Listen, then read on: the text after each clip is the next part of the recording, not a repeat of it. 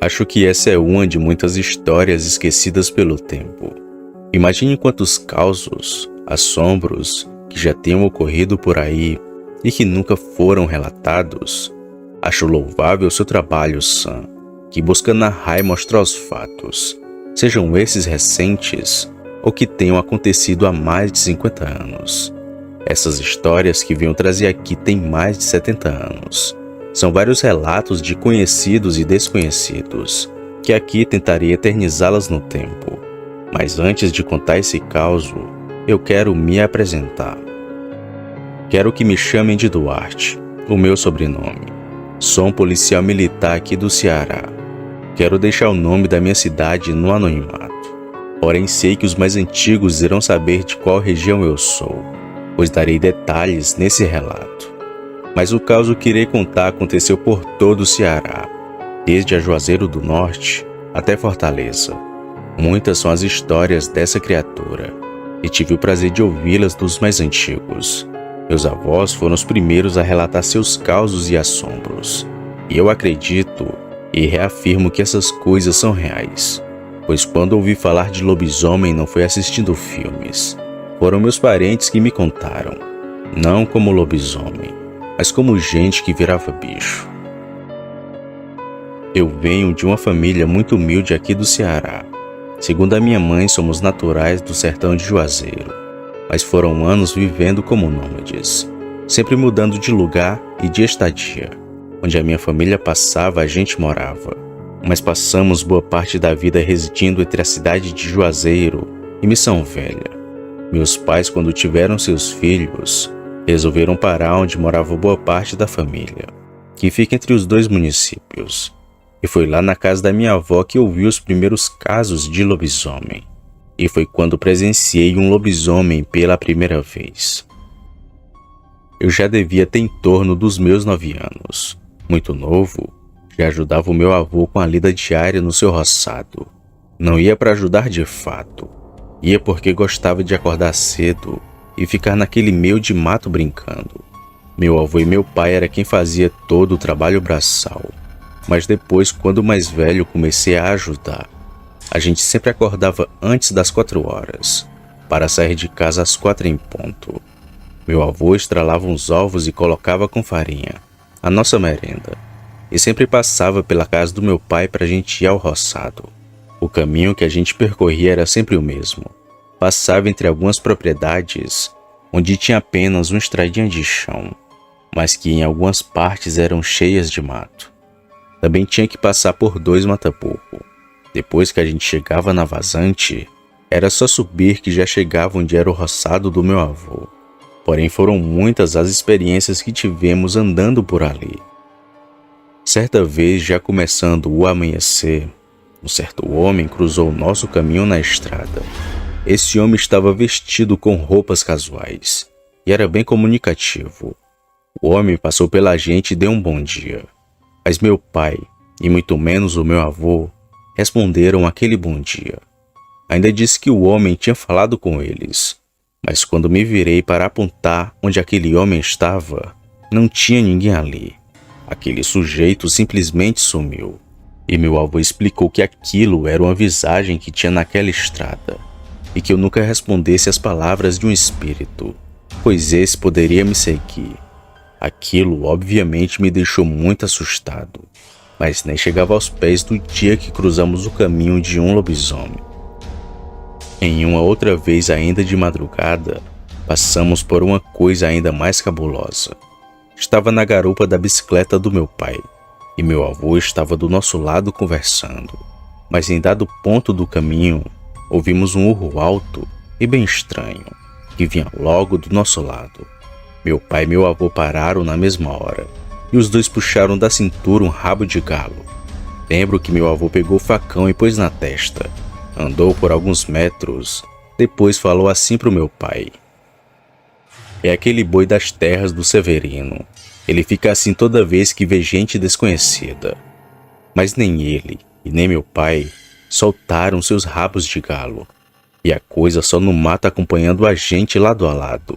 De vez em quando soltando meio que urros, só que mais baixo. Eu não tive medo, pois pensei que era um boi. E a coisa acompanhou a gente até o pé da cerca, que foi quando começou a amanhecer. Então o bicho correu e se embrenhou nas terras do Severino. Só então que meu pai e meu avô guardaram seus facões. Eu, como era criança, até esqueci daquele fato, apesar de ainda pensar ser um boi. Mas quando a gente voltou para casa ao meio-dia, notei a apreensão dos adultos, falando que ele tinha voltado. Minha avó era mais assustada, e ela tinha motivos para isso. Meus pais também estavam apreensivos, mas nada ocorreu, nem de dia e muito menos de noite. Mas tempos depois veio um homem chamado Aristides, um andarilho maltrapilho que estava sempre andando por aquelas bandas. Às vezes sumia por meses, mas estava sempre por perto. E foi então que eu vi o primeiro dos muitos causos de um lobisomem. Esse Aristides só pode ser muito doido.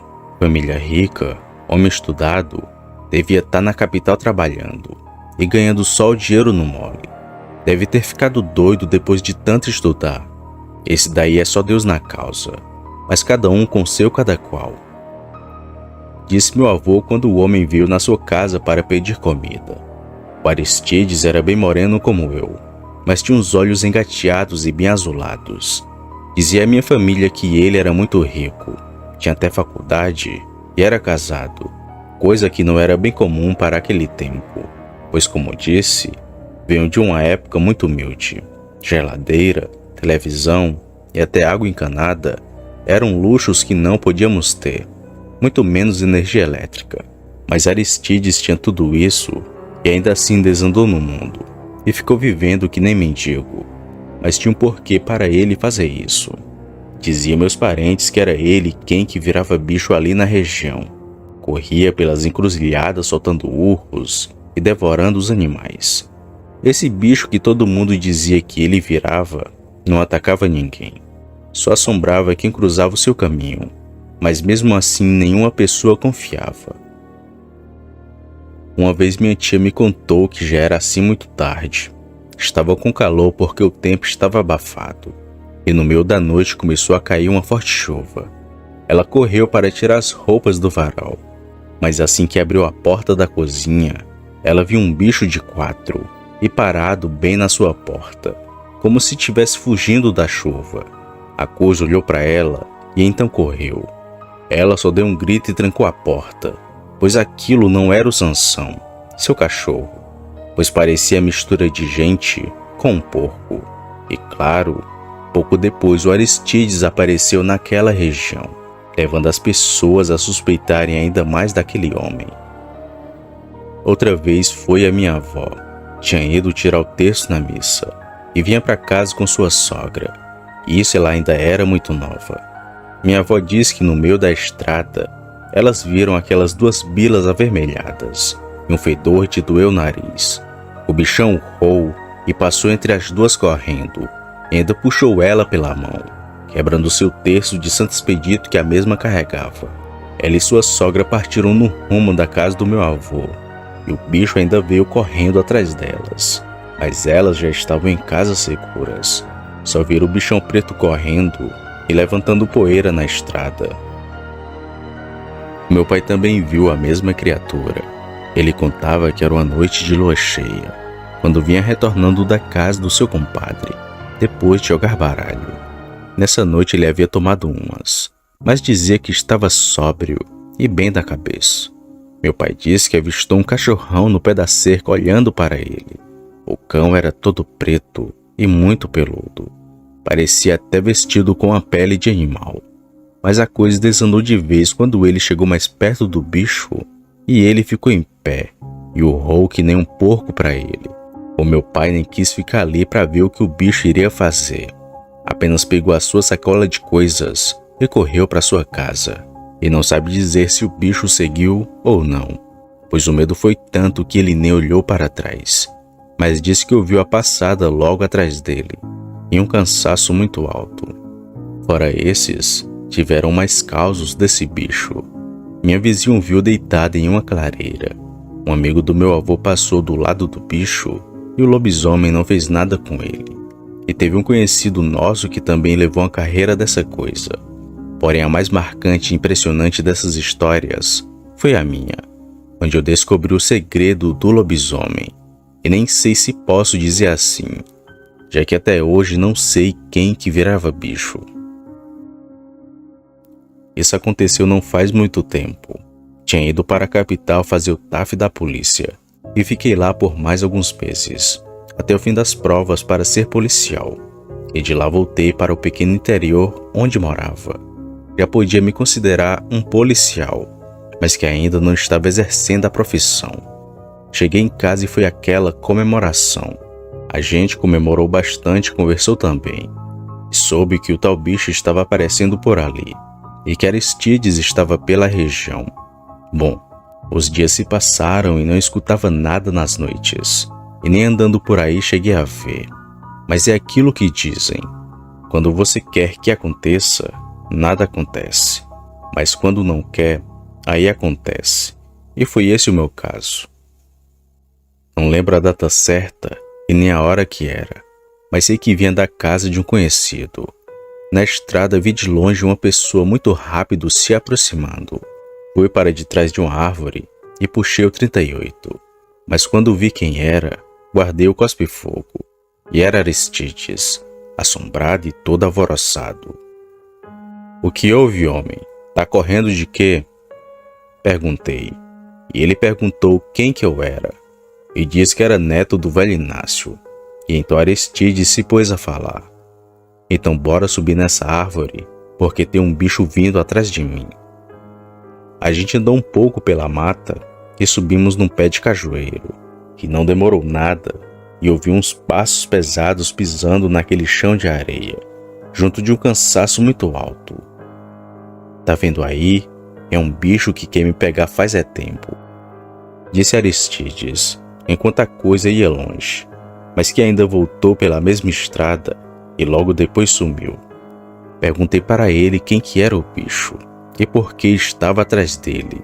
Só que Aristides começou a misturar coisa com coisa e não entendi direito o que ele tinha falado, mas era algo relacionado a matrimônio e também com bruxaria. Ali fiquei um bom pedaço até achar que era seguro. Desci e puxei o 38 da cintura e fui seguindo para minha casa tranquilamente, deixando Aristides sozinho naquela árvore. Mas tudo terminou bem, para mim e para ele. Depois que viu Aristides e o bicho no mesmo lugar, soube que ele não era um lobisomem. E contei para meus parentes que não era o Aristides quem virava bicho, mas sim uma outra pessoa. Mas quem? Isso até hoje ninguém sabe. Alguns anos atrás, conversando com um amigo, descobri que na cidade dele tinha gente que virava bicho também. E no lugar também tinha um andarilho chamado Aristides, sendo que todos suspeitavam que ele era que virava a fera, mas sabia que ele não era o lobisomem coisa nenhuma. Era alguém que corria atrás do pobre homem, fazendo com que ele pegasse a culpa no lugar. Mas quem e por quê? Isso ninguém sabe até hoje. Boa noite.